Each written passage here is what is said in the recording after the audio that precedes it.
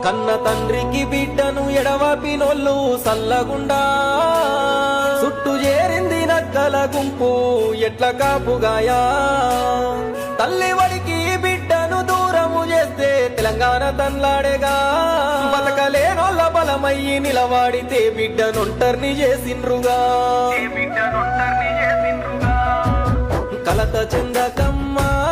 కల్వకుంట్ల కవితమ్మ కడుపున పెట్టుకొని కాపాడుకుంటది తెలంగాణ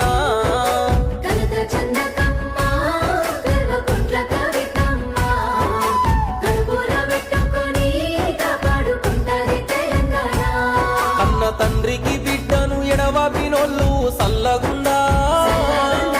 చేరింది నక్కల గుంపు ఎట్ల కాపుగాయా